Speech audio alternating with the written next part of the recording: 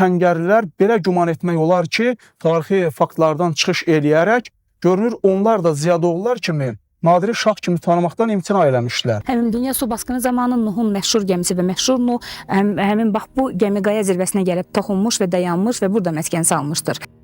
Azərbaycanın qədim şəhərlərindən biri olan Naxçıvan dövlətçilik tariximizdə mühüm yerlərdən birini tutur.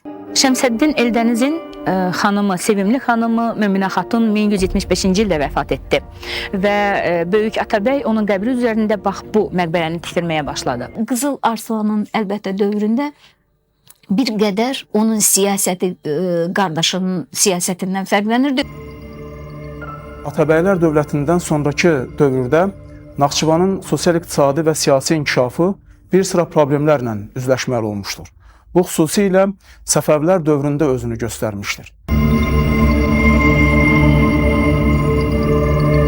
Atabəylər dövlətindən sonraki dövrdə Naxçıvanın sosial-iqtisadi və siyasi inkişafı bir sıra problemlərlə üzləşməli olmuşdur. Bu xüsusilə Səfəvilər dövründə özünü göstərmişdir. Səfəvilər dövləti 1501-1736-cı illərdə 235 il ərzində mövcud olmuşdur. Lakin bu dövrdə ən böyük təəssüfləndirici hadisələrdən biri Səfəvilərlə Osmanlılar arasında 100 ildən çox davam edən müharibələr olmuşdur.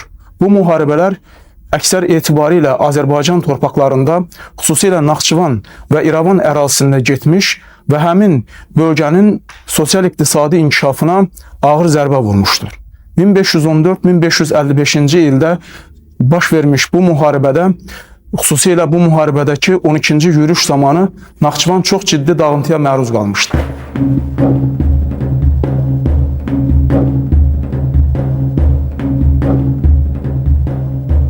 11-ci, 16-cı əsrlərdə Ağqoyunlu və Qaraqoyunlu, Azərbaycan Ağqoyunlu və Qaraqoyunlu dövləti Səfəvilər dövlətinin tərkibinə daxil oldu və Səfəvilər dövləti ümumiyyətlə bir dövlət kimi yarandığı gündən Osmanlı Türkiyəsinə qarşı onların davamlı olaraq mübarizələrinin qarşısında qalmışdı. Yəni davamlı olaraq basqınlarının müdafiəsində idi və nəhayət 1554-cü ildə Osmanlı qoşunları, Türk qoşunları yenidən Naxçıvana daxil oldular. Yəni 12-ci dəfə böyük yürüş elədilər. Bu tarixdə mühüm və böyük döyüş idi.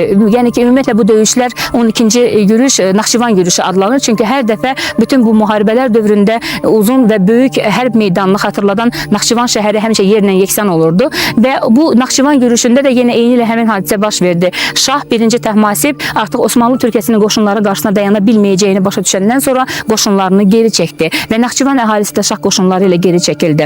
Elə həmin il 1554-cü ildə Süleymanın rəhbərliyi ilə Osmanlı qoşunları Naxçıvana daxil oldular və Naxçıvanı yenidən bir də viran edəcək dərəcədə qarət elədilər, yandırdılar. Naxçıvan dəfələrlə olduğu kimi bu dəfə də Osmanlı qoşunlarının ayağı altında tapdağa çevrildi.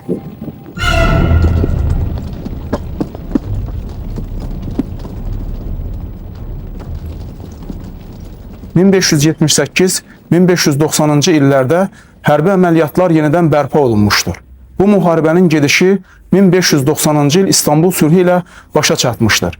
Həmin İstanbul sülhünə görə Naxçıvan, o cümlədən Azərbaycan torpaqlarının təxminən 90%-ə qədəri Osmanlı İmperiyasının tərkibinə daxil edilmişdir.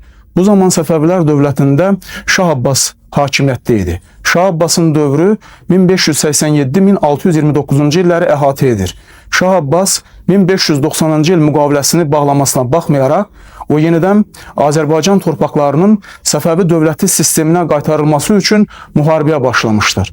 Yeni müharibə 1602-1612-ci illərdə baş vermiş və bu müharibənin gedişində Osmanlıların ələ keçirdiyi torpaqlar yenidən Şah Abbasın dövləti sisteminə qaytarılmağa nail olmuşdur. Və həmin zamandan başlayaraq Naxçıvan və İrəvan bölgəsi Azərbaycanın cənubu ilə birgə Səfəvi dövlətinin tərkibində olmuşdur. Lakin yenidən müharibələrin başlanması çox ciddi dağıntılara gətirib çıxarmalı olmuşdur. Xüsusilə 1623-1639-cu illərdə, sonra 1623-27-ci illərdə bu müharibələr yenidən təkrarlanmışdır. 1623-cü ildən 1727-ci ilə qədər olan müharibələr dövründə Azərbaycan torpaqları, o cümlədən Naxçıvan və İrəvan bölgəsi Səfəvi dövləti ilə bağlanmasına baxmayaraq 1727-ci ildən sonra bu torpaqlar Osmanlı imperiyasının tərkibinə qatılmışdır.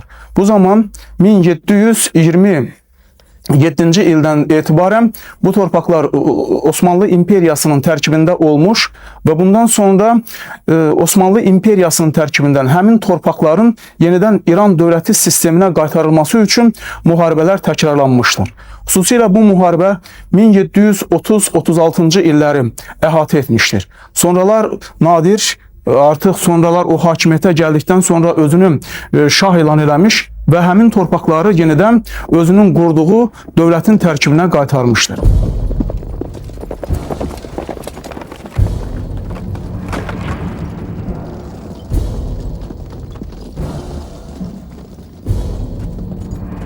...1514-cü ildə artıq 23 avqustda Xoy yaxınlığında Şah İsmail və Sultan Səlim qoşunu arasında döyüş oldu. Bu döyüş ərəfəsində Sultan Səlimdən Şah İsmail'a 4 məktub gəldi. Şah İsmail o məktubların ancaq birinə cavab verdi. Səbəb Şah İsmail'in müəyyən qədər siyasi cəhətdən artıq pişmiş bir insan olduğu idi. Şah İsmail bilirdi ki, ordulu qoşuna malik Osmanlılarla müharibədə müəyyən ola bilər ki, məlum ola bilər ki, o məğlub olacaqdır. Ona görə Şah İsmail müəyyən qədər o gedişatı təxirə salırdı, nəhayət dözə bilmədi və müharibə baş tutdu. Nəticədə Səfəvilər Osmanlılara məğlub oldular. Və bir müddətdən sonra taxta gələn Sultan Süleyman dövründə də müəyyən qədər münasibətlər pis deyildi. Lakin kəskinləşməyə doğru üz tuturdu. O zaman artıq Cavan Şah Təhmasib də atasının yolu ilə gedərək Şiə məzhəbini daha da yüksəklərə qaldırdı və bir növ o zaman din dövlətdən yüksək səviyyədə durmağa başladı.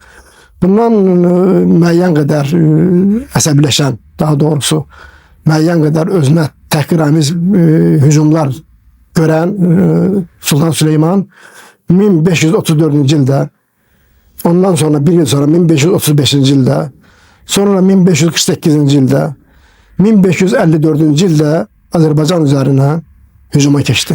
Yəni bu hücumlar zamanı Osmanlılar Səfəvi torpaqlarını ələ keçirirdilər, lakin qala bilmirdilər.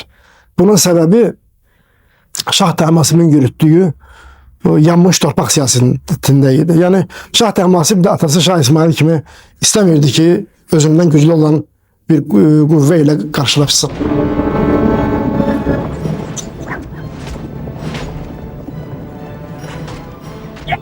Artıq 18-ci əsrin 30-cu illərində tədricən Səfəvi dövləti zəifləməyə başlayır.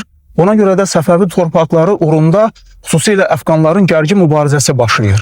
Bu mübarizənin gedişində Təhmasiblu xan, sonra o Nadir adı ilə hakimiyyətə gəlir.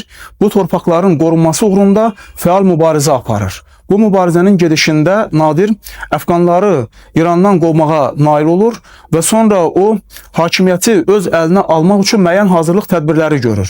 Bu zaman 1732-ci ildə o 8 aylıq körpəni 3-cü Abbas adı ilə hakimiyyətə gətirir. Lakin 1736-cı ildə o belə qərara gəlir ki, ümumiyyətlə Səfəvlərin hakimiyyətinə son qoysun və hakimiyyəti öz əlinə alsın. Bunu da həyata keçirmək üçün 1736-cı ildə nadir bir tac qoyma mərasimi və yaxud da tarixi ədəbiyyatda bu şah seçkisi də adlandırılır. Şah seçkisi keçirməyə qərarı alır. Bu zaman Azərbaycan tarixində sonralar çox böyük rol oynamış tarixi hadisə baş verir. Yəni Gəncə xanı Ziyadoğullar Nadiri şah kimi tanımaqdan imtina edirlər. İndi burada biz Naxçıvanla bağlı bir faktı da söyləməyə böyük ehtiyac var. O zaman Naxçıvanda kəngərlilər çox böyük nüfuza malik idilər. Ona görə də bu kəngərlilər belə güman etmək olar ki, tarixi faktlardan çıxış eləyərək görünür onlar da Ziyadoğullar kimi Nadiri şah kimi tanımaqdan imtina eləmişdilər. Ona görə də məhz Muğanda keçirilən Nadirin şah seçkisində Kəngərli tayfasının nümayəndəsi yox, məhz Nadirin müəyyən elədiyi əlaltılarından biri orada Naxçıvanı təmsil etməli olmuşdur.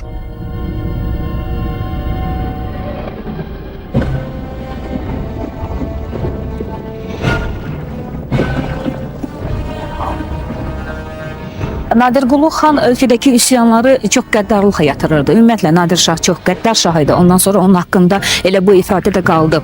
Və o ölkədəki əhval-ruhiyyəni öyrənmək istəyirdi və o İrəvan xanına tapşırdı ki, ölkədəki vəziyyəti ona şərh eləsin. Və o da təxmini 33 nəfərlə şəhərin əhalinin əhval-ruhiyyəsini öyrəndi və ona belə də çatdırdı. Əhali sənin siyasətindən narazıdır və azad olmaq hissi ilə yaşayırlar.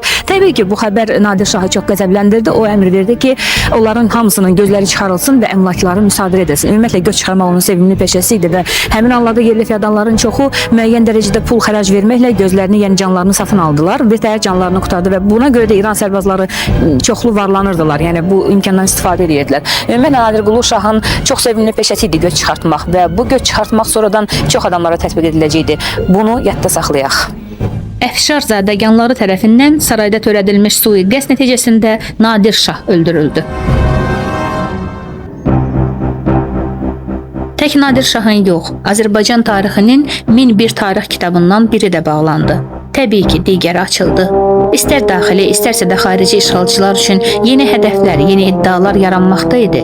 Qədim mədəniyyət mərkəzi olan Naxçıvan həm hərbi strateji, həm coğrafi mövqeyinə görə kəsişmə nöqtəsində daha çox çevrildiyindən hələ dəfələrlə xarabazara çevriləcəkdi. Gələcək idi. Onu gözləməsələr də o gəlməli idi və bu dəhşətli gələcək olacaqdı.